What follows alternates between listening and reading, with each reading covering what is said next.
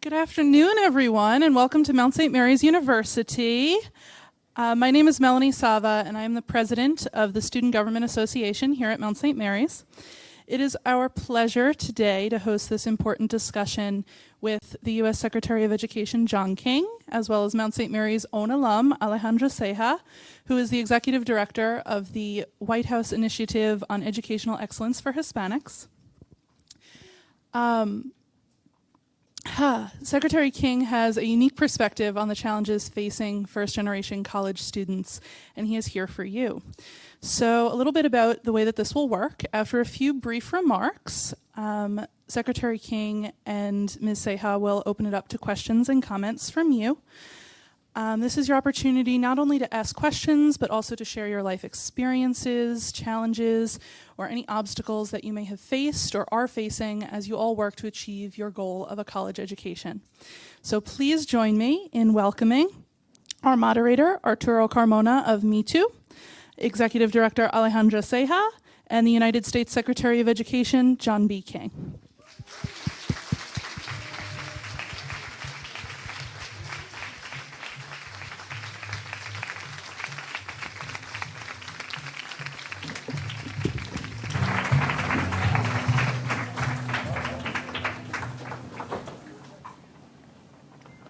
How's everybody doing? Buenas tardes todos, ¿cómo estamos? Pues es un real placer estar aquí con ustedes. It's a real pleasure to be here with all of you to discuss college access, affordability, and really the tools that we all need to succeed in college. You know, it's always so exciting to come out and meet with young students. I had the pleasure of being on a presidential campaign not too long ago. And I was interacting with students every day, with college students, hearing the stories and talking about some of the issues that we're going to talk about today. And it's so important to have these conversations. So I'm really excited to be here and to talk to all of you and answer questions and really dive deep into these important issues. My name is Arturo Carmona, and I am the head of community engagement and public affairs with Me Too, which is a digital engagement media company really focused on connecting with people like you, young Latinos, to talk about not only funny and engaging content, but also issues that impact your everyday lives, like education, like higher education. And so when the secretary and his team came up to us and they're like, hey, can you guys help out to amplify these important resources and these important tools to address critical issues impacting the Latino community, we're like, we'll be there. Claro que lo vamos a hacer. And so I'm really excited to have some very distinguished guests here with us today. Secretary John King is the U.S. Secretary of Education. In selecting him as the U.S. To lead the U.S. Department of Education, President Obama called Dr. King an exceptionally talented educator, citing his commitment to preparing every child for success and his lifelong dedication as a teacher, principal, and leader of schools and school systems. So, you know, he's been long at this, really advocating for communities of color, for underprivileged students. In his last position within the Department of Education, he really focused on overseeing all preschool through 12th grade education policies and programs, as well as department operations. So we're blessed to have Secretary John King here with us, who is also African-American and also Puerto Riqueño, and served previously as the New York State Education Commissioner, a post he held from 2011 to 2015. So Secretary King, it's a pleasure to have you here with us. Thank you so much. Thank you.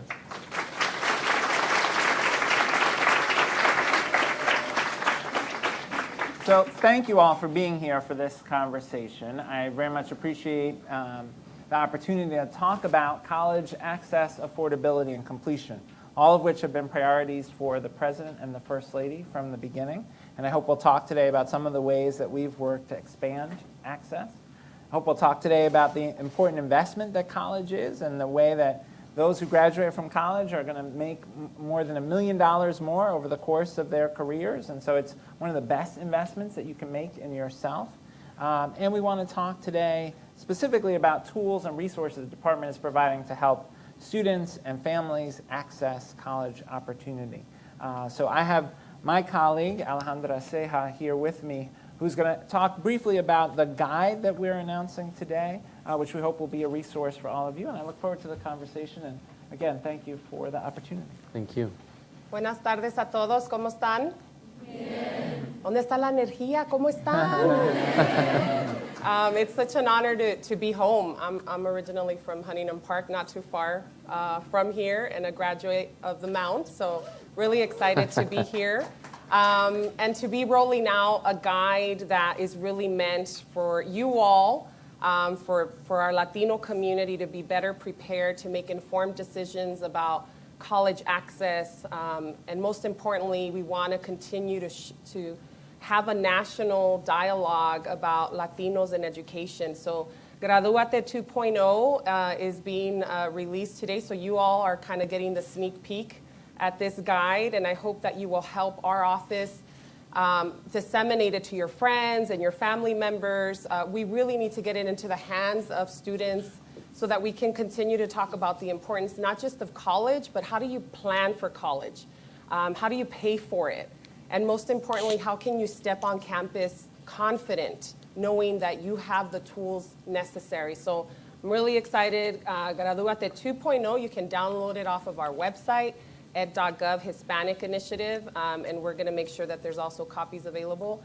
But for me, it's just an honor to make sure that we hear from you all. So this is really an opportunity for us to kind of get the conversation going, because this helps us with the 3.0 version that we know we need. And I'll just let you know, the guide is special because it is written from the perspective of first-generation college students who come to intern at our White House initiative. So they kind of keep us current and tell us, well, I wish I would have known this when I stepped on the campus, and I wish my parents would have had this information. So the cover is dedicated to those college students, all those Latinos that have come through our office and contributed un pedacito de lo que ellos han experienciado en el colegio. So it's an honor to also celebrate their journey and tell their story. Thank you, Alejandra. Before we open it up for questions from the audience and from all of you, I really want to ask a couple questions. First, to both of you, Secretary King and Alejandra, I know you both have very powerful personal stories that work very important to you and were very important to you. Secretary King, can you start by telling us a little bit about your personal journey and individuals and experiences that have influenced you at the community level, teachers or other individuals that really shaped your path? Sure. So I grew up in Brooklyn in New York City, and New York City public school teachers saved my life. It's because of them that I'm sitting here today. It's because of them that I'm alive today. When I was 8, I was going to PS 276 in Canarsie, Brooklyn, and my mom passed away. It was October of my 4th grade year, and I lived with my dad, who was quite sick with undiagnosed Alzheimer's. And so on any given night, I didn't know what home was going to be like. From one night to the next, my father's personality was different. Sometimes it was scary. But school was this place that was safe and nurturing and supportive. And I had amazing teachers at PS 276 and at Mark Twain Junior High School in Coney Island who made school a place where I could be a kid when I couldn't be a kid outside of school. Then my dad passed away when I was 12, and I moved around between family members and schools, and always school was the place that I could count on for consistency and for inspiration. You know, I can remember Mr. Osterweil, my teacher in 4th, 5th, 6th grade, who had us doing Shakespeare in elementary school. We read the New York Times every day. We went to the ballet and the museum. And he showed us all these things beyond Canarsie, Brooklyn. He gave me a sense that there was some possibility outside of just my neighborhood and my experience. And those teachers invested in me. And they very easily could have said, you know, here's an African-American, Latino, male student going to New York City public school, family in crisis. What chance does he have? And they could have given up on me. but they didn't. They invested in me. And really it's because of those teachers that I became a teacher and a principal, because I wanted to try to do for other kids what my teachers had done for me. And I just feel very blessed to have had them in my life. And I know there are some of you who are going to be teachers, and thank you, because teachers make a huge difference in students' lives. Alejandra, do you want to share a little bit with us? Well, as I mentioned, I grew up in Huntington Park, not too far from here.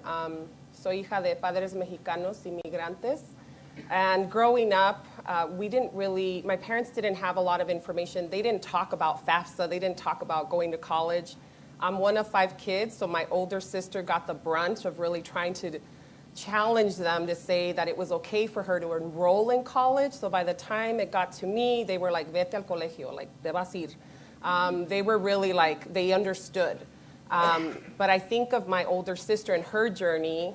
She was trying to go to a summer bridge program that they had at Cal State LA, and my parents were just so afraid of letting her leave the house to go 10 miles away from where we grew up.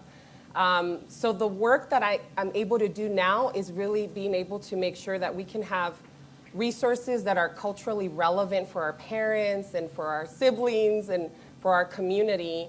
And for me, growing up in LA at the time, there wasn't a lot of talk about Latinos succeeding or Latinas working in Washington, D.C. or working at the White House.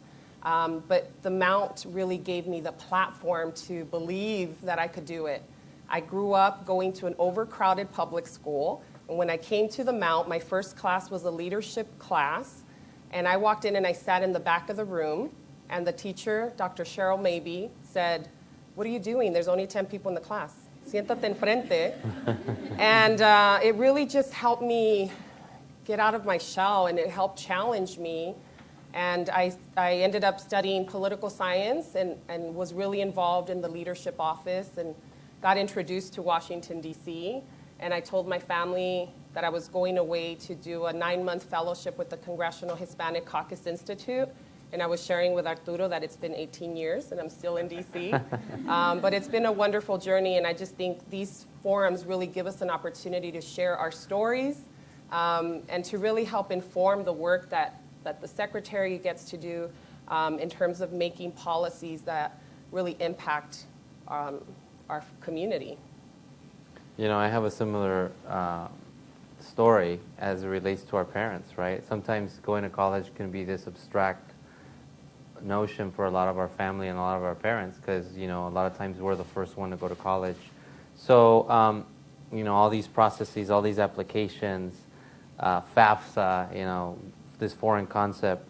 So what advice would you give to students, Dr. King, Secretary King, who are considering applying to college? You know, what role does FAFSA have to play? What types of resources should they be looking for? Yeah.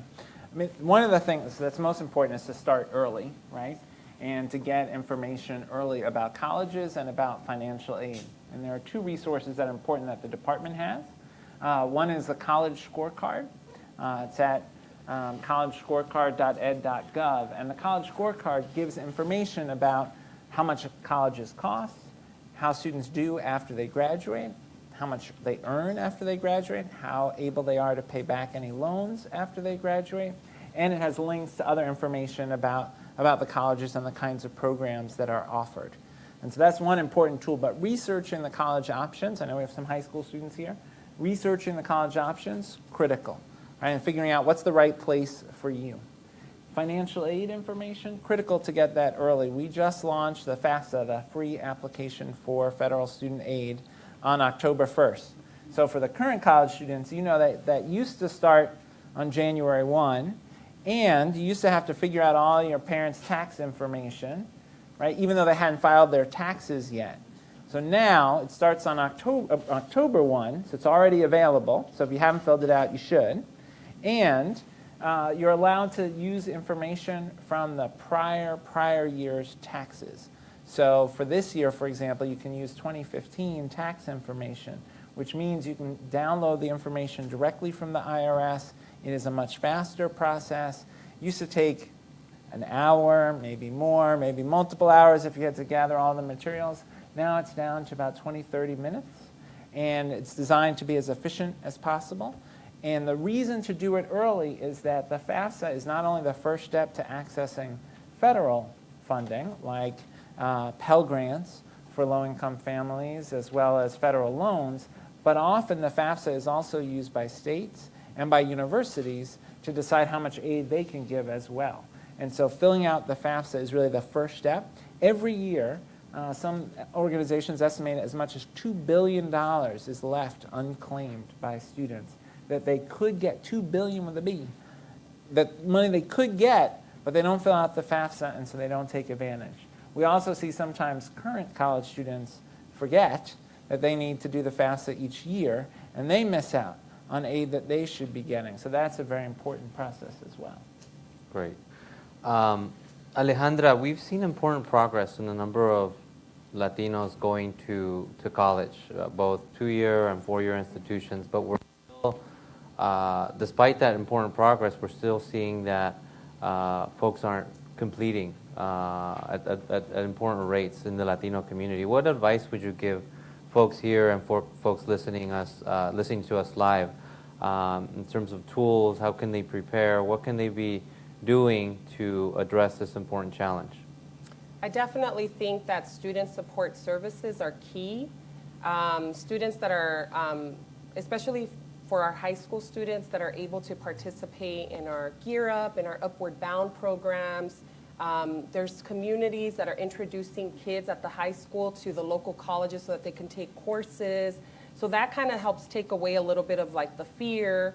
But the advice I would give students and parents is that there's resources available. Information should not be a barrier. I have the opportunity to travel across the country and talk to students and parents, and I can count the number of times I've heard students say, I was lucky that a teacher told me about the FAFSA. I was lucky that somebody encouraged me when I was in my first year of college to look into work study. And so we shouldn't have to rely on luck, and I think that's the purpose of our office, so that we can really get to completion, is making sure that we have access to all of the tools and information that's coming out of the Department of Education, that we know about how to use the college scorecard or what the college navigator is, that we know about the student support services that our campuses offer. So it's really helpful for us to have first-generation college students that are talking to us about how they feel connected on their campus and the support service they have, so that we can share it with other students and we can talk about how do we leverage our best practices. So the best advice I would give is that there is a president and a secretary that really want to get you to the finish line, and so we are doing everything we can to make sure we simplify FAFSA, that we invest in Pell, that we invest in college access and the conversation on affordability and for the Latino community completion. Many times I meet students that say, well, I ended up dropping out of college because I had to help my family financially. And when you start bringing in the community and the support the community can play, it really helps us say, okay, well, you have to help out your family. Did you know that there is a work-study program? Or did you know that there's other resources? Or we could help you. So I think many times it's just talking about those challenges we're facing to our college counselors, our teachers, so that we can have and continue to build that support that is so needed. You know, you mentioned FAFSA and Pell, and you know, some of these things might appear foreign concepts to some of our parents. The FAFSA, you know, the financial aid application. What kind of advice would you give parents? But also, if you could speak a little bit about this guide, right? Mm-hmm. The Graduate guide that's was referenced earlier, and the type of information that's in there that could be easy to use for parents to understand some of these concepts that sometimes, you know, people are afraid of. Hey, how are we gonna? ¿Cómo vamos a pagar la universidad? How are we gonna pay for it? Understanding that there's so much resources out there at the state, but also, of course, at the federal level. If you guys could speak to that before we open it up to the audience. Well, the guide is really meant to help drive the conversation if you're a high school student on what you need when you're in high school to plan for college. And there's great information. We link into a parent tool guide that the department put out that basically puts out those questions. My parents never wanted to go to my school because they were afraid they didn't speak the language. So we have questions in Spanish for parents to ask so that they can stay informed about their child's academic progress. So we're really trying to let them know, like, estas son las preguntas que había de preguntarle a la maestra. The guide is really a step-by-step process. What you need, AP courses, what are they, the importance of, and the differences between a Pell Grant, which is money you don't repay, and a student loan or a private loan. But really just kind of demystifying the process for both the students and the parents to have a conversation on, you know, what's next after high school. And then we asked the students that helped us write it, we asked them about that first year that is so critical. What is it that you need to know to feel confident when you get on a campus? So the guide really kind of helps us talk about planning, enrolling, financing your college education, and most importantly, graduating. And those kind of recommendations and organizations we know that are also offering scholarships that are really important. And there's a segment in it for our undocumented students that talks about the resources that's available to them as well. So really, it's a guide to help us continue the conversation in our households and with each other, so that we can continue to make sure that information does not become a barrier for our success. So I'm looking forward to your input. You can send us input on the guide and what you'd like to see, especially those high school students. I hope that you use it, and I hope you share it with your parents. It's available in English and Spanish. And we really just try to make sure that that it is culturally relevant and that it does link to everything that Secretary King and the leaders at the Department of Ed are doing to help us have this national conversation on the importance of college access, affordability, and completion. Yeah, this is such an important conversation. I don't know if you want to add Yeah, the thing I would add is just start, right? So if you're a high school senior and you haven't done the FAFSA yet, like leave here today, go home, FAFSA.gov, and just start. Because the hardest thing sometimes is just the first step of starting the application, and then you'll see what the questions are, and there's a version in Spanish if your parents want to use that. So there's a way to just get started, and then you'll figure out what you need. You can also tweet questions to @FAFSA, and we'll respond with answers to the questions that you have as you're completing the application. So just start. Same with the college scorecard. You know, you may have in mind 2 or 3 colleges that you're thinking about. Go on collegescorecard.ed.gov, look at those colleges, find out information about them. That'll lead you to other colleges that might be similar that you'll be interested in. But the key thing is not to procrastinate, right? And I know from having been a high school teacher sometimes, in high school, sometimes you can procrastinate around things. Don't procrastinate, get started. Well, thank you. We're going to actually open it up to the audience for questions. How do we want to do this? Where should we start? We have a mic up here. So who would like to start with a question? Can I go first real quick? I'm so sorry. Can I go first? Is that cool with everybody? Can I go first real quick? Yeah? Diane? All right, then.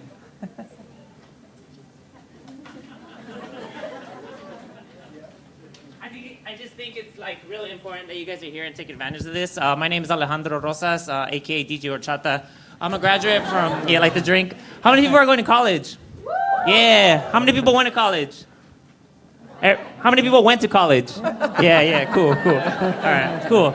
I went to college too. It's one of the best times of my life. I've learned so much. I went to Cal State LA, Chico State, and UC Berkeley.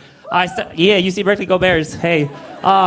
I studied journalism, television, and film, and if you guys are debating about not going to college, I think you guys do it. Just apply for financial aid so they could give you food and books and clothes and DJ gear to buy records and stuff. But yeah, it's one of the best experiences ever, and I wrote down my question so I won't mess up. But so I studied journalism. I'm involved with technology a lot. And technology is becoming a big factor in our lives. You know, we use Snapchat all the time, Instagram, Facebook, and these new platforms are coming out. But, you know, technology is also becoming a a big component in education and in overall society. Latinos are vastly underrepresented in the media, Silicon Valley, and we see it underrepresented in movies, but virtually in every tech field out there. What can we do to better ensure that Latinos are represented in this space and technology spaces? And how are you guys going to also transport this new FAFSA guide to us? Mm-hmm. Thank you. Great. Let me start, and then I'll let Alejandra add. So I worry a lot about the underrepresentation of people of color in the tech industry and science, technology, engineering, and math in general. There are a few things we can do. One is the president proposed a $4 billion investment in computer science education because we think all schools should offer access to computer science, because technology isn't just about the technology industry. It's technology is being used in everything from healthcare to manufacturing. So we got to persuade Congress to make that investment, but we think that's important. It needs to start even with elementary school, students having exposure to computer science.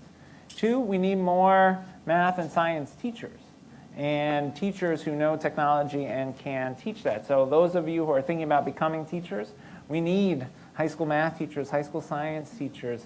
We need computer science teachers. One of the biggest obstacles to expanding computer science education is not having enough qualified computer science teachers. We also need more students who start in those fields to finish, and this is really an equity problem in universities.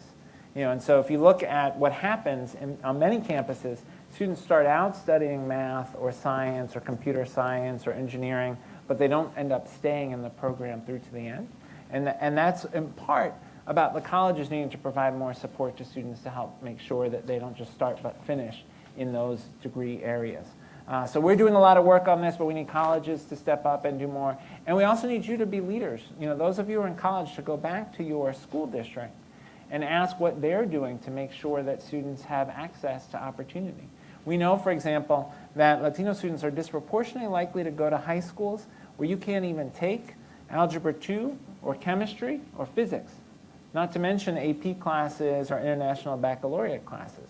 That's an equity problem. All students should have access to those courses if we want to have diverse technology field, a diverse engineering field.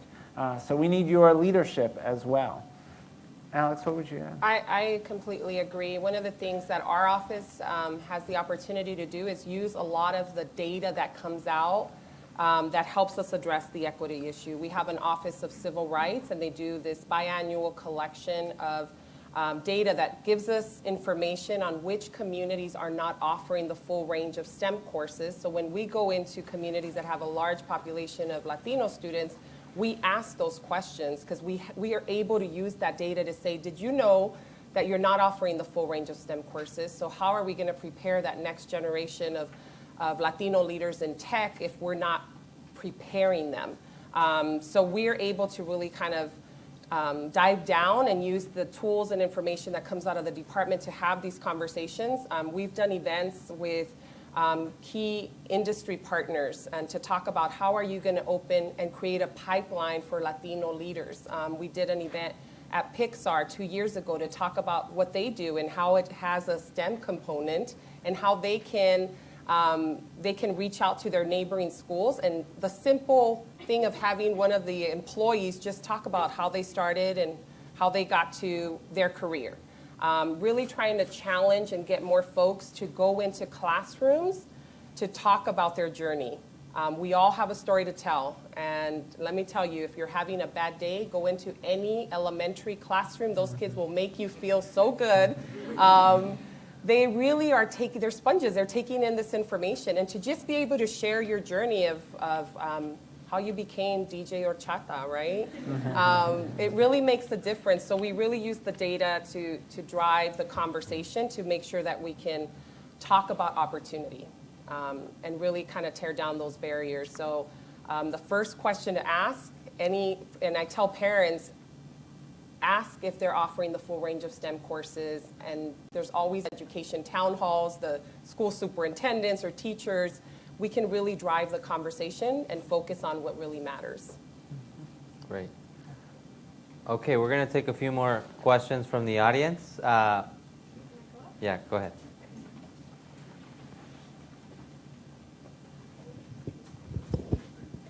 Hello, my name is Arlene Valdez. I am a Mount St. Mary's pre-nursing major student, class of 2020.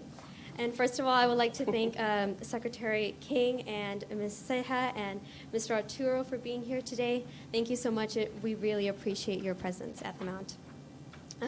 Being a first-generation college student, it has been really important for me to succeed throughout all my educational courses, throughout elementary, middle school, and high school, and now in college. And I think we speak for all of the students that it's really important to do well academically. One of the obstacles that I had to go through my first year of college was transitioning from high school to college. You know, the workload, the amount of intensity that you have to put into your classes, the time management that has to be considered was a lot. And I was fortunate that I found various programs on campus, one of the programs being ISAE, that stands for Institutional Advancement for Students, that has really helped me become a stronger student academically and, you know, in all aspects of my life. And I've been able to grow because of that. And one of the questions that I have is, how are the programs that you are proposing for education going to help students who are transitioning into college, coming right out of high school, so that they can succeed, and especially in public schools? Because attending a public high school, I had a really good educational support system, and I was lucky because of that. But I know that other public schools may not be as lucky, and especially for students going into public colleges or universities, how will they be able to feel that support and guidance? And another side question for Mr. King, do you see community college or college in general being free for students in the future? Is that a possibility? Thank you. Great. So thanks for the question. So I'll start with the high school transition to college. So one of the things that's really important is to start in high school. And it's one of the reasons we encourage high schools and incentivize with grants high schools to have programs like advanced placement or international baccalaureate so that they can start having college work for students while they're in high school. We also are allowing a set of universities and high schools to test out using Pell Grants for students while they're in high school so they can do dual enrollment where they enroll jointly in high school and in college at the same time and can start taking college classes. We think that's another opportunity to make that transition more smooth. The President also has a grant program that's focused on improving completion, because we know that a lot of times the students who get to campus and are overwhelmed freshman year end up not staying. And students who don't stay and finish then end up with sometimes debt from school, but they don't have the degree, so they can't get a good job, and they're just trapped in a cycle. So the President has a grant program called First in the World, which is about making the United States first in the world in college graduation. And the idea there is to support things like summer bridge programs, the kinds of support that you were describing that you got here at Mount St. Mary's, that kind of support, whether it's counseling around course selection, academic advising, time management, all those kinds of supports. We know that when colleges provide those supports, students are much more likely to graduate. On the topic of college tuition, President's proposed America's College Promise, the idea that the first 2 years of community college or the first 2 years at a Hispanic serving institution like a Mount St. Mary's, or a minority serving institution, or a historically black college and university, those first 2 years would be free. And the idea is to try to make it so that the first 2 years of college are as universal as K through 12. Right? There was a time in the United States when high school education wasn't really universal, and we committed as a country to make it available to everyone, and the President has the same vision around the first 2 years of college. And I think over time we can also work to ensure that students can go to college in a way that's affordable, that minimizes how much debt they have when they finish. One of the partners we need is states. And one of the challenges we've seen around the country is sometimes states have been cutting back on their investment in public higher education, which is a real problem because those costs get passed on to students and families. So we are hoping that we can get some progress with Congress after the election on America's College Promise, the President's proposal. And we look forward to a future where college is even more affordable than we've been able to make it over the last 8 years. I would just add the work that our White House initiative is doing is really trying to bring attention to those nonprofit organizations, there's community-based organizations that work with our high school students that offer mentoring, that offer kind of pre-college counseling. So last year we launched this initiative, and it's called Bright Spots. We want to talk about what's working. So it's a catalog, it's an online catalog of organizations that are supporting the Latino community from cradle to career. What are they doing to invest in early learning? What are they doing to invest in parent engagement? There's great organizations like LA's Promise that is highlighted as a bright spot. And so we're able to go into the community to really talk about meaningful partnerships that can help our high schools and can help our local community colleges and universities work together. We've done stuff in Memphis, Tennessee, where we're working with a university and a nonprofit that is helping provide scholarship resources to undocumented students. We've done stuff in North Carolina where we're talking about college access. So there's a lot to really leverage in terms of what's out there and what are other communities doing. And so that's one of the initiatives that our office is continuing to push through, is to really have a discussion about what's happening in California that we can model in those communities where you're seeing a growth of Hispanic students. And so it's Bright Spots online catalog. Take a look at it. I think there's some really good best practices. And there's a lot of Los Angeles-based organizations that are doing good work. Awesome. All right. I think we have one right here, and then we have another one over here. If you can just come on up if you want. Maybe we can do ask 2 questions to take as many as we can, and then we'll have the answers provided right after. Hi, my name is Gloria Ramos Gonzalez, and I'm a Mount St. Mary's alum. I work in education. I've been in education for over 20 years. And my question is about how to broaden the conceptualization for entry to college on standardized testing and achievement tests. I mean, we've perpetually, for the last 20 years, this deficit perspective on how Latinos and minority students do on these tests. Yet I still see it here as one of the requirements. What are you doing, or what's your office doing to broaden those conceptualizations so that isn't the only factor that many elite schools use to gatekeep Latinos from getting into elite schools? Yeah. So let's go ahead and ask the other question as well. Come on up.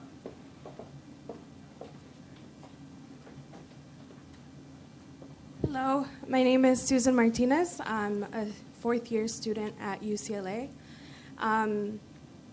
So just to give a little bit of background to my question, I'm the chairperson for the Student-Initiated Outreach Committee. What we do is that we outreach to communities of color and students that are underrepresented in higher education. We provide mentoring, tutoring, and we also provide them with support in the application process and field trips to go and see universities around California. I work at a multicultural center called the Community Programs Office, where we provide both retention support for people of color, for students of color at UCLA. And I personally am more involved in the outreach side, since I am the chairperson for the outreach side. My question is, are there any initiatives to support programs that are already existing that do go out into communities of color and provide this type of support? This is all student-based, and a lot of times we have to apply for grants to get transportation to go out into the communities, to provide lunches for families that come and visit UCLA, and basically get them thinking about higher education. Mm-hmm. So are there any initiatives to help support programs that are already existing? Okay, thank you. Great. So on the first question, you know, our view, and the President has talked a fair amount about this, is that standardized testing should only be one lens among multiple lenses that we use to look at student performance. And our view has always been that we should use multiple indicators to look at student performance. I think one of the challenges is that access to opportunities are not equitably distributed. And so unfortunately, many times, students of color, low-income students, are in schools that offer fewer advanced placement classes, fewer elective offerings, fewer extracurricular activities. And so students have fewer things that they can describe that they've been involved in because their schools haven't been providing them. So one of the key goals that we have for implementation of the new federal education law that the President signed in December, the Every Student Succeeds Act, is that states will focus on equitable access to opportunity in all schools. It shouldn't matter the zip code whether or not you get access to advanced coursework or art and music or other opportunities that constitute a well-rounded education. And so we think that's an important part of shifting the conversation to putting testing in perspective as one among multiple measures of student performance, both as we think about K-12 performance and as we think about college. One of the other things we focused on, we just held an event to recognize states that have adopted a seal of biliteracy. So one of the other elements of we think of a well-rounded education is the opportunity to learn multiple languages. And so we have 20-plus states now that have adopted a seal of biliteracy to recognize students who are bilingual or even multilingual. And we think that's another good way that states can help give students another type of recognition that they could use as part of the college admissions process. On the second question about resources for organizations that are doing community engagement work, we have a number of grant programs, our TRIO grants and our Gear Up grants that are designed around colleges providing services to first-generation students, but also working with high schools and middle schools to make sure that students get on the path to college. We also have been encouraging universities to use their work-study dollars to support service activities. And some schools tend to use their work-study dollars mostly for service to the school. And that's important. You know, we need folks to do work in the library and so forth. But schools could be using those work-study dollars to support community service, public service activities, particularly to help low-income students commit their time to those public service activities instead of having another campus job. And so that's one of the measures that we think universities can take, and we try to celebrate when they do. I'll just add, our office, our White House initiative has a 25-year history, and last year we celebrated our 25-year anniversary. And it was really an opportunity for us to have a national conversation about what it means to invest in our community. We could have easily just had a party at the White House and called it a day, because you know Latinos know how to throw good parties. But we really issued a national call to action, and we asked the public and private sector that question: what is your role? The federal government and the Department of Ed and what they're doing to invest in education, what is your role? How can we create partnerships? How can we leverage these community partnerships that could really have an impact? And we ended up, President Obama announced 150 commitments to action that came in, totaling over $335 million. And it's just an example of how communities came together. And I'll give you an example. El Monte, California, they have a commitment to action. They're working with their local Chamber of Commerce. They're working with the local bank to provide students with a savings account because they were realizing in that community that they had a high dropout rate, so they wanted to get at the heart of what was really happening in their high schools. And so financial literacy became something that the community really rallied around. And it's just an example of how, in addition to what the Department of Education is doing, how can we encourage and use some of the models we know are working that are providing key mentoring services? How can we use that and say and approach our local philanthropic partners and our local private sector partners? So I'm really proud of that work, because I really think it helps us shift the conversation to, it's a shared responsibility. It's not just what Secretary King and the President are doing, but it's really what are our community leaders doing to invest in our community, especially when you think about the growing Latino demographic in this country, and you think about the contributions that we have made and will continue to make in the future. Just by 2050, we're going to account for 60% of the population growth. So we need a community that is prepared and ready to conquer that future. We have time for a couple more questions. I think we had one up here. If you can step up to the mic, and we'll take the lady over there. I'd like to thank you all, the distinguished panel, and I'd like to thank the students, applaud you for making the right decision to go to school. That's the best choice you can make. As for myself, I didn't finish high school, but now I'm in college, my second year. I'm a 3.8 GPA. But the transition I made is different. For an older student, the transition I made is different. And like you spoke of diversity, there's quite a few of us, such as myself, who came from prison to college. So now we're seeking the education that we weren't taught to look for at home. So I'm just wondering what type of resources and programs will you be implementing to help us bridge that? Because there's quite a few students, East LA College, that's where I go to. I'm also in student government, trying to learn. And as far as paying for books, it's outrageous, the prices. I have to work part-time and then go to school full-time. It's very difficult, can't afford it. So I'm wondering what type of programs and what type of resources are you going to be implementing to help older students as myself who are transitioning from prison to college? Yeah, it's a great question. Thank you. Thank you. And admire what you're doing. I think one of the things that we've got to think about as a country is today's college student is different maybe than what some people have in their minds as a college student.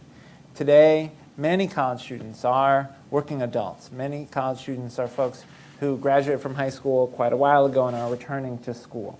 And so we've got to think differently about the supports, and I think universities have a responsibility to think differently about the supports.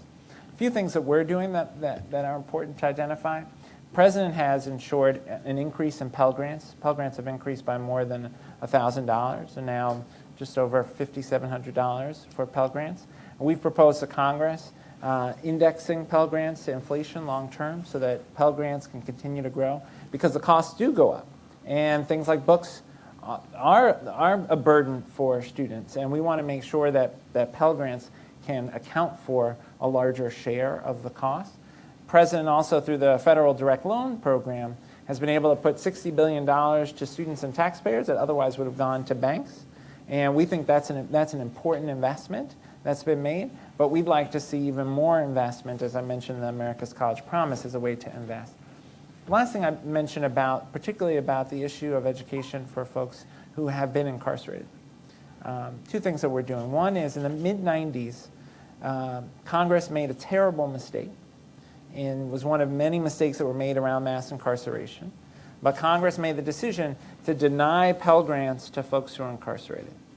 And it was a mistake then, it's a mistake now. The result is that you miss out on giving people the opportunity to get their lives on a better path. And the result is, we know if you've taken any kind of education program in prison, you are 43% less likely to return to prison. So we know the evidence is overwhelming that folks who have an opportunity to get an education while incarcerated do better when they return to the community. So what the President has done through our Higher Education Act authorities, we've launched a pilot initiative. 69 universities around the country, serving 12,000 students. A pilot initiative where those universities are partnering with prisons to offer higher education to folks who are incarcerated through the Pell program. We call it Second Chance Pell.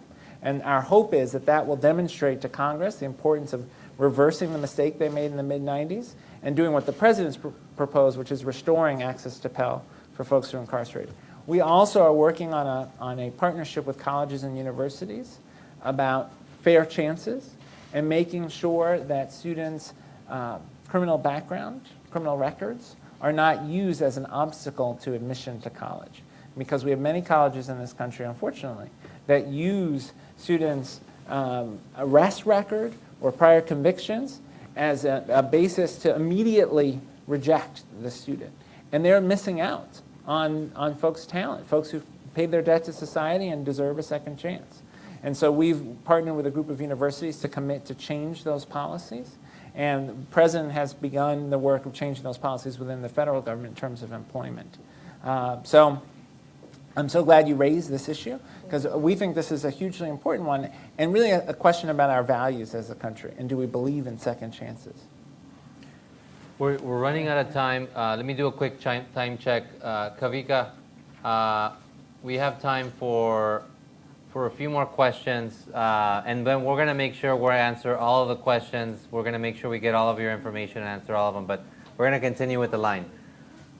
Alright, hello, my name is Monica Aguirre. I'm from Roy Ball Learning Center, and Gira told me about this. So, okay, the first thing I want to comment on is, as was said before about the transition from high school to college. I understand that it's our responsibility and our initiative to start and be like, oh, I want to join this workshop. So you take the stand to go for your education. But I noticed that I'm really enrolled in AP classes and honors. So I noticed that one time I took a regular class and I noticed it was just not AP at all. And what I really noticed is the teacher. And I'm not complaining about teachers. I know they go through their credentials and all that. But what I really believe is that as a base for us, how we learn from our parent guardians or our mothers, Mom, how do you fold this, like that? I believe that's important for most Hispanics because we have no one to look up to, whether they don't have parents that graduated. So I believe that most of the, half of the students I know are APs and they're, looking forward into college. The other half literally is just ignored. They just get their A through G requirements and they're out. So therefore, what you said back to community college, that they go through community college, but they really don't finish it.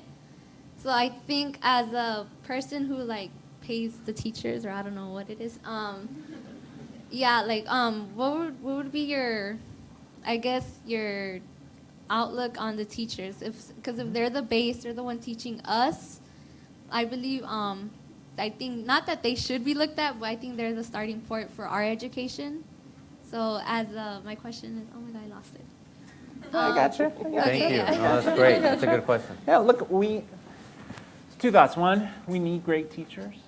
Having a great teacher can make a huge difference. It can be a life and death difference for students. It was for me.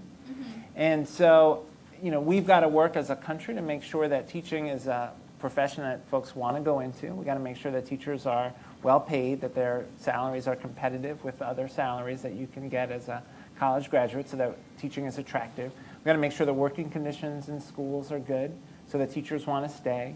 Right? If you're a school, if your roof is leaking, if there are rodents running across the floor, you're not going to want to stay as a teacher. So we've got to make sure the working conditions are good.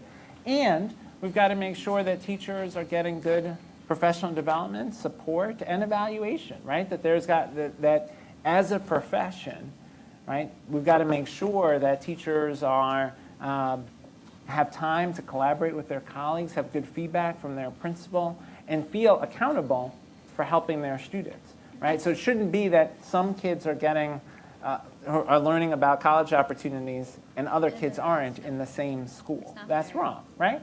And so we have a policy responsibility to try to change that. At the federal level, we only account for about 10% of the funding in education. Right? Most of the funding comes from the state and local level.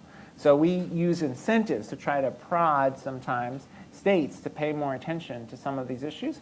And we're going to use this new Every Student Succeeds Act, this new law, to push states to think about how do you make sure that every teacher is effective and that all kids have access to the best teaching. It shouldn't be that the best teachers end up only in some communities and not others, right? And the last thing I'll mention is around counseling, which is another huge issue, whether or not students have access to school counselors to talk about the college admissions process. We did a study, Alex mentioned the civil rights data collection. Yeah. 1.6 million students go to high school where there's a sworn law enforcement officer in the school and no school counselor. Right? What does that say about us as a society and what we value and what we believe about students? That we would let students go to school where there's no counselor, but there is a police officer, right? Yes. That's something we need to change. We need to make sure that every student has access to a counselor. And access to a counselor means a counselor with a reasonable load, not one counselor who's supposed to work with 500 students. Right? Thanks. Thank you. Good evening. My name is Robert Jackson. I'm a non-traditional senior at UCLA from South Los Angeles. I identify as Afro-Latino. So me and my siblings are all Latino. And growing up, college education was not possible for us. We find it very difficult to go back to school. I'm 30 years old. As I said, I'm non-traditional, and I found it very difficult to go back to school. We find it very discouraging. So how are we investing in Latino students who left the sidelines, who basically didn't finish high school due to lack of support, and how can we implement them back into the educational system? What kind of initiatives can we do to support them to go back to school? Because they should also have the equal opportunity to go back to school, even if they didn't finish high school. Right. Like, why didn't they finish high school? That's right. That's right. Alex, you want to talk about some of the bright spots around that? So we are really working to, one, bring attention to that narrative that it's never too late if you want to go back and get your education, right? But how can we provide you with the resources you need to be successful? There's an office at the Department of Education, our Office of Career and Adult Training Education, that has some key partnerships across the country that are helping us target students like you to talk about the resources and the grant opportunities that are offered at the department. There are some bright spots across the country that have demonstrated progress in trying to work with our adult learners. So, I mean, I'll just say that it's a priority. We have some organizations that I think that we can use as models to help us continue to have this conversation, but I really do commend you. It is a long journey, but it's important for you to talk about, you know, how it's your process and what you've been going through so that we can kind of help have this conversation and make sure that it continues to be a priority in everything that we're doing at the Department of Education to ensure when we talk about college access, we also make sure we incorporate the non-traditional learners and the resources that they need. Yeah, and the thing I would add is the President's proposed significant investment around what some people sometimes call disconnected youth. I would call opportunity youth, right? And the President's point on this is if we invest in students having education and job training opportunities and internships, right, those investments will be paid back through the opportunity those young people will then have to get good jobs and contribute as, you know, as taxpayers, right? And so it's not, we shouldn't think of it as an expense or as a burden. We should think of it as an investment that we're making in our long-term future. So we've made some investments around opportunity youth. We've got some programs with the Department of Labor that try to help students work on their high school equivalency at the same time as they have a job that helps them support themselves, and then they're able to transition into college. But we need more investment there, and we need to persuade Congress that this is an investment worth making. Thanks. Thank you. Hello, my name's Edith, and I'm a junior nursing student here at Mount St. Mary's University. My question is, as many of you guys know, deportation rates are very high right now, and especially as Latinos, many of us could live with the fear that our parents could get deported any moment. Unfortunately, it does happen to several students, several Latinos. It happened to me back in 2008. Due to that, I had to move to Guatemala in 2009 and came back in 2012 at 17. I came back, and I remember, like, in high school, I went back second semester. Like, they placed me as a junior second semester. I had no clue what SATs were. I had no clue what FAFSA was. And senior year, I moved to a different high school. I learned a little bit about FAFSA. I went to the workshops, and there was several times that I went, and every time I would get to, like, the parental status, I was stuck. And so my question here is, what can be done? It wasn't until I got to Mount St. Mary's University that I learned about, like, independent student status, and I had to go through, like, a process where I had to write 3 letters, one from my uncle stating that, yes, I financially support myself, one from my pastor, one from me.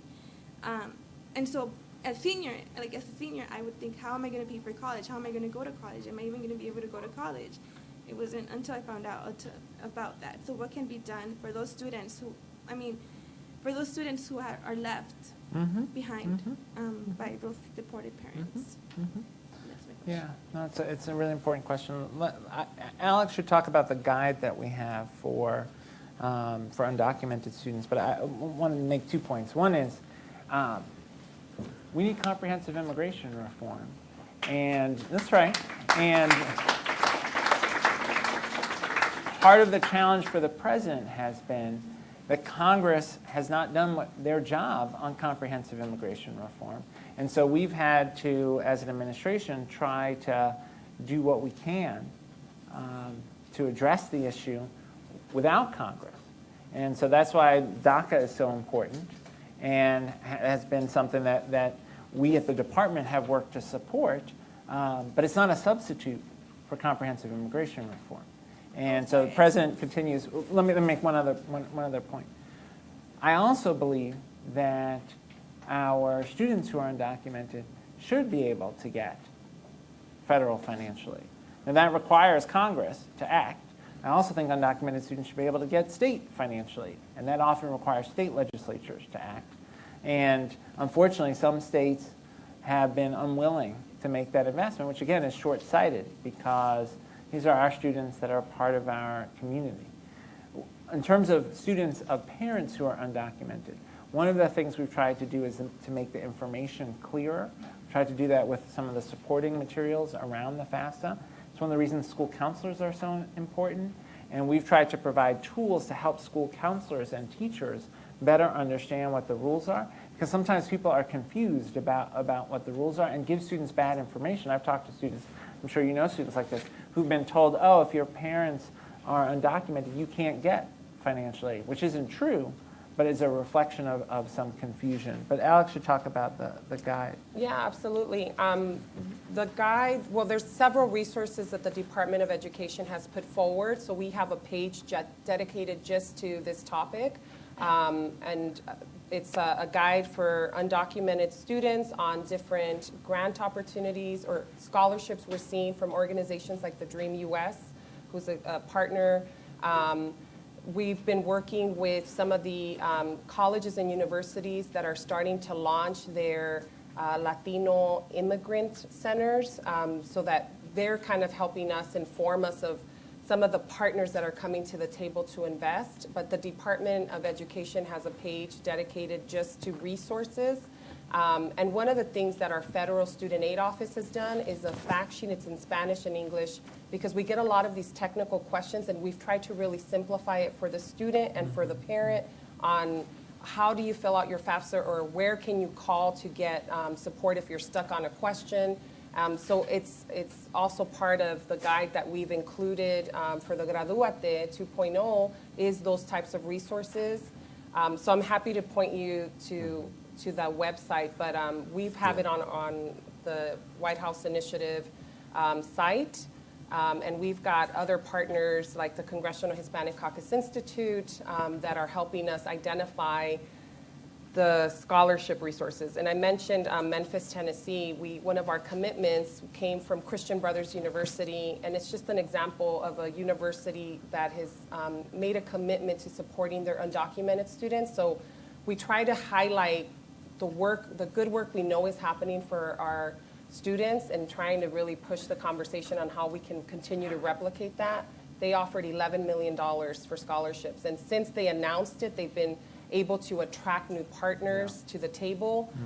So as Secretary King mentioned, until we have comprehensive immigration reform, we have to have conversations on who are our partners that we can work with to make sure that you have the support and that all of our undocumented and our DACA students have the support necessary. But Federal Student Aid has really a great document, and it's linked to our guide on some of the technical questions we've received that I think could be very helpful. And I think it's important for you to share your story with other students and even with us so that we can use that as an example and help amplify it for other students to know about how you were able to kind of address the barriers you were facing.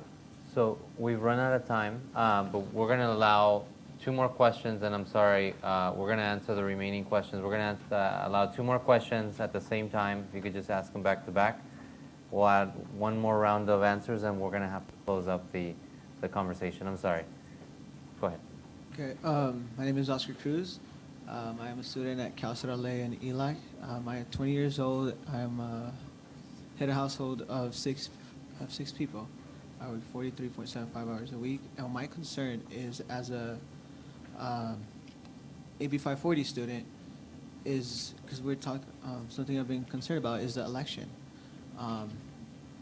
If I myself, as an AB 540 student, what I'm concerned is, will DACA continue even after the presidential debate? Something I do fear is, I guess, like my confidentiality. If it does not continue, then what happens to that information that the government holds? Okay, so let's get the other question asked, and then we're gonna do a final round of responses. Thank you for coming today. My name is Karina. I attend here at the Mount. I'm a senior. My interest in this is that my sister, I'm a first generation. My sister will be considered the second generation. But I noticed that when I first started school, I had the biggest difficulty was filling out my FAFSA form, specifically because my mom, when I asked my mom, oh, like I need your taxes, I need them right away. Like I was panicking because I didn't know how to fill it out. And there was workshops only provided like on the weekends. And my mom and my dad are like Hispanics, of course. But they only speak Spanish. And I know that workshops that are provided or stuff that are sent home are usually in English. And I know that workshops are provided for students, but I want to know if there's, especially because of this program, Graduate 2.0, I want to know if there's going to be any workshops implemented for parents specifically, because they're our foundation, and I feel that if our parents are not informed and we're sort of informed, it's like we're not understanding each other. Our parents are like, what do you like? ¿Qué necesitas? Like they're not there. They're like mentally not there because they don't know about it. So now that my sister's starting she's currently applying to universities and colleges, and she's asking me for help because she can't go to my parents. But I feel like if my parents were more informed about programs or requirements or like this college planning guide to success, I think they'd be more aware of the things that my sister needs for them to have it ready for her and to be there with her on the laptop and the computer and filling out the forms. So I just want to kind of know, like, what is this program providing, not just for students, but for parents? Do you want to talk about the parent piece of Sure. the guide? So we are doing a lot of promotion. We always ask students, how do your parents get information? And many of them say Spanish radio, Univision. So we're doing a lot of work with our media partners to really amplify this guide. But I really do hope that the work that the department has done to simplify FAFSA, we can kind of change that narrative, because one of the changes that's included this year is you don't have to estimate your taxes. There's a tool that will help you kind of transfer the data directly from the IRS from your taxes. So I was just on Despierta America yesterday explaining this because it's so important. I had the same conversation with my parents. They're like, ¿Pa qué quieres los taxes? They thought, I was asking them for their social security, and they were just like so like nervous. What are you doing with this information? So we hope that this tool will really help. Our office has the opportunity to do outreach across the country. So one of the big things for us is the early FAFSA, start applying now. We have a lot of partners, because we can't get to every community that we're working with, to really help us promote how to have workshops with parents. We're really creative. We work with everyone. The taco trucks are really important in our conversations. We can get information there to parents. That's the first stop I make when I go into a community, because they know everything in the neighborhood, right? But just know that our office is going to continue to really amplify the guide. We have great examples of parent engagement models that we've seen across the country, and there's a person at the Department of Ed that works with us closely who's in charge of family engagement. So we partner a lot with other folks because we really need to make sure that it gets into the hands. And like I said, it's in Spanish, and it's important that we have these conversations. So you'll see a lot through the amplification on social media. And then I really rely on you all to really help us continue to push it out and letting people know that it's available. So if you can do me a favor, and because we are housed at the Department of Education, we do provide homework assignments. But if you can share it with 5 people that aren't here, 5 of your friends, share the link and let them know it's available. That really helps us kind of really make sure that we continue to amplify as much as possible.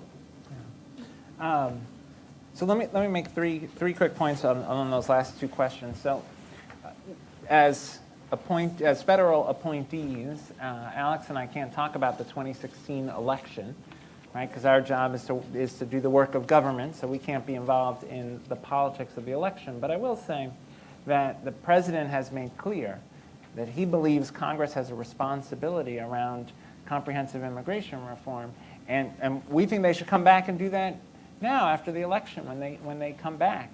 And if they don't do it then we need to continue, all of us together, to keep making that case going forward, whoever's in Congress and whoever the next president is, because it's the right thing to do for the country.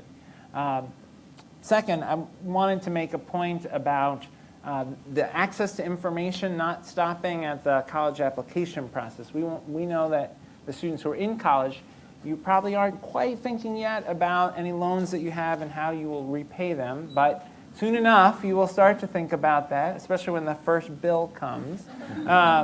So a couple things you should know about. For many of you who are going into public service, for example, those of you who are going to become teachers, there's public service loan forgiveness, where your loans can be forgiven based on your commitment to a career in public service. There's teacher loan forgiveness programs that are specifically designed for folks who are teaching in high-needs communities to be able to have their loans forgiven. There's something called income-driven repayment that's available to everyone that allows you to cap how much you are paying on your federal loans at 10% of your income, which, if you're in particular careers, that may make sense, particularly early in your career. So that's important to start thinking about. You're probably going to get a note from the college about your financial counseling that you're going to need to do before you graduate.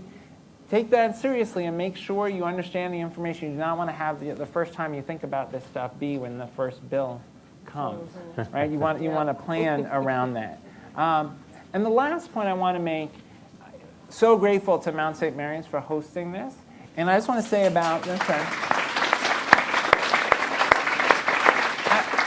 I want to say about Alex, just what an incredible example she is of not only Mount St. Mary's, but what all of us should hope for in a public servant. In that she, in leading the White House initiative on educational excellence for Hispanics on behalf of the president, is a voice for Latino communities across the country. And she is a voice for kids like her and families like hers. And she chose to pursue a career that allows her to give back and to pay forward the opportunities that she was given. And I just think she's a tremendous example. And I'm so grateful to be here with her in particular. So thank you, Alex, for your leadership. Alex, I don't know if you want to provide some final concluding thoughts. We've come to the end of the program, and so I want to thank both of you, Secretary King and Alejandra. I don't know if you want to add any concluding thoughts. I just want to tell you to reach higher, continue to dream big. I never thought I would be where I'm at, but it was really through education that paved the way for me, and I want to tell the stories of all those students and parents that are in this country working day in and day out to make it better. So it's an honor to be here at Mount St. Mary's. Thank you for the opportunity to be back home. And just really don't let anyone set any limits on you, and dream big and reach higher. I also want to take a minute to thank you to Secretary King. I think you're an example to follow as a Latino, as a person that has persevered and committed to education. Thank you all for being here. Thank you to the team that made it all possible, the Me Too team, and of course the folks at Mount St. Mary's University. We've come to an end. Thank you so much for participating. Thank you. Thank you. Gracias, Arturo. We're gonna, if we get some feedback from the young students here, I'm going to get camera guy outside and some free